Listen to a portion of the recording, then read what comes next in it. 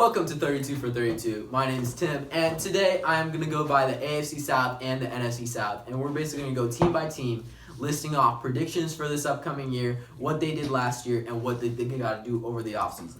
So we're starting off with the Houston Texans, which went 9-7 last year, and of course, they need a quarterback. Brock Osweiler is not the answer for that team. They're looking either at Tony Romo or drafting a quarterback, and they just got to cut Brock Osweiler, even though it's costing them over $20 million to cut him. They just got to get rid of him. Move on. They also got to decide if they're going to franchise tag AJ Boyer or not. I think they should. He's a great corner, and it would pair with that great secondary because they already have Kareem Jackson, Jonathan Joseph, and Kevin Johnson. If they add AJ Boyer back, that's going to be a great secondary rivaling Seattle's. In addition, they also have to put that fifth-year option on Jadeveon Clowney and extend him right quick because he had a great year this year. Overall, the Houston Texans are a very good young team that could become great if they have a decent quarterback, so go get Tony Romo. Their defense was top tier without J.J. Watt and will be elite next year as well. If they find a competent quarterback, which they will with Tony Romo, they could challenge for a Super Bowl and the New England Patriots. If not, they'll continue to be that borderline playoff team that will be struggling with Indianapolis and Tennessee and Jacksonville. So, next up, we're talking about the Indianapolis Colts, who went 8-8 last year, which is honestly really disappointing. Their GM, Ryan Grigson, was fired this offseason because he's failed to put a good team around Andrew Luck. They have to add talent to basically all the positions. They have a good quarterback with Andrew Luck. They have decent wide receivers with T.Y. Hilton, Moncrief, and Philip Dorsett. And they have solid pieces on the offensive line with Catanzano, Ryan Kelly, and Jack Mewhort, but that's basically it. Vontae Davis is injured and old, and the rest of the defense is devoid of any talent. So, they got to restructure Vontae Davis' contract this offseason. They already got rid of DeQuell Jackson, so that's a good part. So, their new GM has a lot to do this offseason to improve. Drafting good offensive pieces, good defensive pieces to help Andrew Luck reach his potential. So this team is officially overperforming year after year. With absolutely no defense and few pieces to protect Luck and take the pressure off via the running game, Luck basically carries this team. With $55 million, Chris Ballard must improve the defense with key components such as Dontari Poe or Eric Berry, because he came from Kansas City. This team currently is at best a top 10 pick without Luck. This team is last in all categories. Next, we're moving on to the Jacksonville Jaguars, who made that offseason move by getting rid of Gus Bradley and bringing in Doug Marrone, as well as inserting Tom Coughlin into the team as an executive. So they didn't pick up Kelvin Beacham's contract, which is a left tackle. He played great, so I was a little bit disappointed in that already. But they have to determine what is wrong with Bortles and how to fix him. If Tom Coughlin thinks that he can sort of play with him, and so can Doug Marrone, they should pick up his fifth-year option and see what he can do over the next 2 years. If not, they have to see if they can trade him, cut him, and see if basically what they can do with that contract that they have in his rookie year. They have to look at who needs to be re-signed. Prince Amukamara is up for a new contract, so is Tyson Alulu and Jonathan Cyprien. So decide there and spend money in free agency once again to help out Blake Bortles and that team. They already got rid of Julius Thomas to Miami in a trade this week. They're getting Brandon Albert from Miami most likely, and also another trade. So with the winning culture, this team could be the 76ers of the NFL with a young, talented team. If they hit in the draft and free agency and determine what is wrong with Bortles, and if he can be fixed, this team could win the division and make the playoffs for the first time since David Garrard, who, if you know, he played in 2007, so makes sense. If not, David Caldwell will be fired, and the team will waste its enormous hoard of talent with Allen Robinson, Allen Hurns, Marquise Lee, Malik Jackson, Chris Ivory, TJ Yeldon. The list goes on and on. So finally, with the AFC South, we're going to the 8-8 Tennessee Titans. Well, no, they actually went 9-7 last year, the Tennessee Titans. They have Mike Mularkey as their coach, and Marcus Mariota is coming back once again after that broken leg in December. So they basically have to identify free agents that can fill that secondary as well as draft secondary players. They have 2 first-round picks this year, So they definitely could fill one of those spots with a corner. They got to decide who they're going to re-sign. They don't really have many players. They can re-sign Kendall Wright only if you can't get anyone else on the market, or draft a top wide receiver such as Corey Davis and Mike Williams from Clemson and Western Michigan. They should also exercise Taylor Lewan's fifth-year option, which will help out that team. But honestly, this team is the definition of the middle of a pack team with a decent quarterback, but with holes across the roster. If the Titans can utilize their 2 first-round picks effectively and the $60+ million in cap room, this team could challenge for first place in the AFC South. If not, last year will be a fluke, although the Titans improved, and Marcus Mariota will become a Phillip Rivers type player. So that is the AFC South for you this year and what they should do this offseason. Next up, we're going to talk about the NFC South and basically what they should do. It's one of the most talented divisions across the board, with Atlanta coming off a Super Bowl run, Carolina 2 years off a Super Bowl, Tampa with a young quarterback in New Orleans which is just a dumpster fire, honestly. Let's get to Atlanta right now.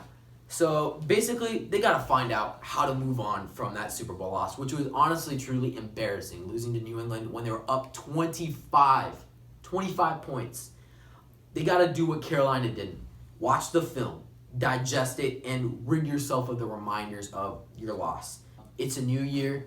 Go back to the grind, work out just as hard, and pump iron just as hard as well. They got to bring back key pieces such as Paul Worlow, Courtney Upshaw, Patrick DeMarco, and Kamal Ishmael. And then they got to decide who they're going to release / restructure. So you got Chris Chester and Deshaun Golston, who I think that they should go. They got to sign Taylor Gabriel to a second or third round tender, as he was a key cog in making this team a Super Bowl team. And they got to place that 5th-year option on Jake Matthews, their left tackle. And they, again, have to draft well on defense, because over the course of the game, they got so tired. And in addition, they have to figure out what exactly they're going to run with Sarkisian as the new offensive coordinator and their new defensive coordinator. It's a whole new roster as coaches. So they just have to figure out and go through the motions. They need to forget about last year. So this team is a team with a great offense and a mediocre defense, besides a few pieces such as Vic Beasley and Trufant. With a very structured, hardcore plan, this team could possibly avoid not making the playoffs. People will look at their film and see weaknesses. Finding new ways to do things, this team can stay consistent and once again make it back there. Honestly, I don't want them to make it back there, but I'm a Panthers fan. Next up, we're actually going to talk about my team, the Panthers. So, I have a lot of things to say about the Panthers. Congratulations on finally getting rid of the old fullback, also known as the bowling ball, Mike Tolbert. It's a long time coming that he had to go. They also got rid of Paul Soliai. Things they have to do this season. Forget the 2016 season even existed. Get an eraser, erase it off the whiteboard, erase it off the history books. Buckle down and have fun. Stay loose but disciplined, even though that sounds sort of oxymoronish, and you will return to your winning ways that way. They also got to fix Cam Newton, fix the offense to be run first, not through the quarterback. Get rid of the read option, funnel it through Jonathan Stewart and a running back, hopefully, that you draft. Let him to redevelop a rapport with Funchess and Benjamin, and again, if he is brought back, and possibly a new wideout. And also, don't let Cam be someone who he's not. Let Cam be Cam. I think that for sure you got to franchise Kawan Short, who is due to have a new contract at the end of at this year, and also hit Ludulele up now, so that way you can re-sign him now and don't worry about him next year. They got to re-sign also key free agents. I think that they should re-sign Ginn, Charles Johnson, and possibly Mario Addison, as they played a key role last year and the year before. And I think they should also let others walk. Mike Remmers, for sure, I think that he should go. He's not a great right tackle, and you got Darrell Williams as a good offensive tackle out of Oklahoma a couple of years ago. And they got to place a first, second, or third-year tender on Andrew Norwell and pay the man, as he is a great left guard in this league. They also got to determine if you want to spend the cap money on a luxury like A.J. Klein. I think say yes with Luke Kuechly's concussion history. And spend cap space on offensive tackles, wide receivers, and defensive ends. So either go after Matt Khalil sorts as he was injured this past year, or Andrew Whitworth out of Cincinnati, and maybe even re-sign Victor Cruz, who knows. And determine if you think Kelvin Benjamin is the future in Carolina. If so, apply a fifth-year option on him. I think our new wide receivers coach, Lance Taylor, shout out to you from Stanford, I think he can. So I think exercise that fifth-year option on him. See what he can do this upcoming year.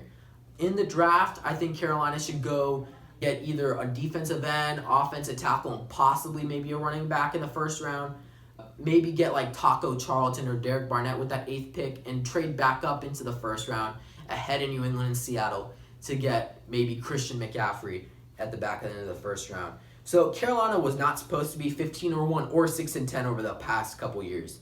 Returning to a 9-7 to a 12-4 record will all depend on David Gettleman's willingness to spend money and Carolina's ability to rekindle Cam Newton's 2015 MVP season. If not, Ron Rivera will be looking for a new job, and the team that was great and had a bunch of talent will be destroyed. Next up, we're talking about NOLA, New Orleans. I'm sorry, I really don't appreciate you guys. You guys aren't a great team at all. You have a bunch of holes, you're old, and your defense is, once again, one of the worst in the league. So the first thing they have to do is fix the defense. Fill holes in the secondary and patch up the aging front seven.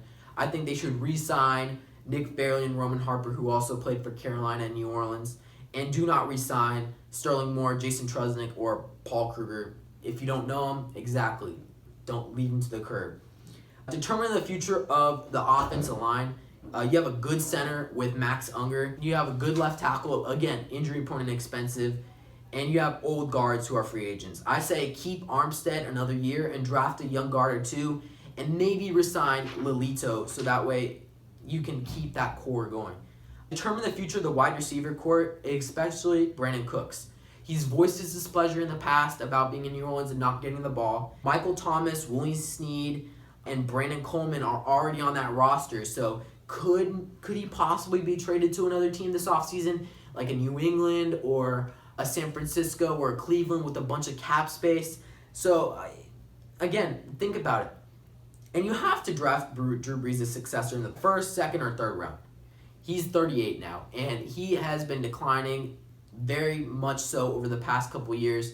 You have Mark Ingram, and you have a bunch of talent at wide receiver as well. Take advantage of it now. The Saints are a team stuck between a young emerging squad and an old injury-prone squad. Adding young defensive free agents and planning for the future will allow New Orleans to possibly set themselves up to challenge for the division in a few years, so not this year. Not improving will cause Sean Payton to leave and leave the Saints with a meteoric hole to climb out of. So watch yourselves, New Orleans. Finally, we're talking about Tampa Bay Buccaneers, who went 9-7 last year. Surprisingly, they have a great young team, as you see with Mike Evans, Jameis Winston, Gerald McCoy, Levante David, Vernon Hargraves. They have key pieces in place. So they have a bunch of free agents as well. So they got to determine which ones to re-sign or which ones to let go elsewhere. I say re-sign Conti, Bradley McDougald, Jaquiz Rogers, Akeem Spence, William Goldson, and put that attender on Cameron Brate, their tight end. Maybe re-sign Darryl Smith, Joe Hawley, and Mike Lennon. And Mike Lennon cost too much, let him go. He's a good backup, but again, not worth the money. And let go Vincent Jackson because he's old and hasn't really contributed in the past couple years. Spend money to give Jameis some weapons and improve their defense. So get him a second wide receiver, a third wide receiver that can possibly do great things. Place a fifth-year option and re-sign Mike Evans because he is one of the best young wide receivers in the league. The Bucs are a team that, if it put all together, could easily make the playoffs and could make a surprising run with a young team if they build upon last year and re-sign key free agents and draft well. If not, they'll continue to revel in that 6-10 to 9-7 spot until no one works hard anymore and they're going to fall apart. Our predictions for this year. I predict that Houston will win the division this year in the AFC South with Tennessee coming in second, Indianapolis third, and once again Jacksonville fourth. They haven't really had anything. That's with Houston getting Tony Romo. If Houston does not get Tony Romo, possibly Tennessee could get that spot. And the NFC South, I see Carolina coming in first with a close Tampa Bay in second, Atlanta in third, not making the playoffs, and New Orleans once again in fourth. So thank you for watching the Give and Go. Go ahead and like, subscribe, and comment on this video. We will be sending out a new video on Tuesday talking about the North and the NFC. Yeah.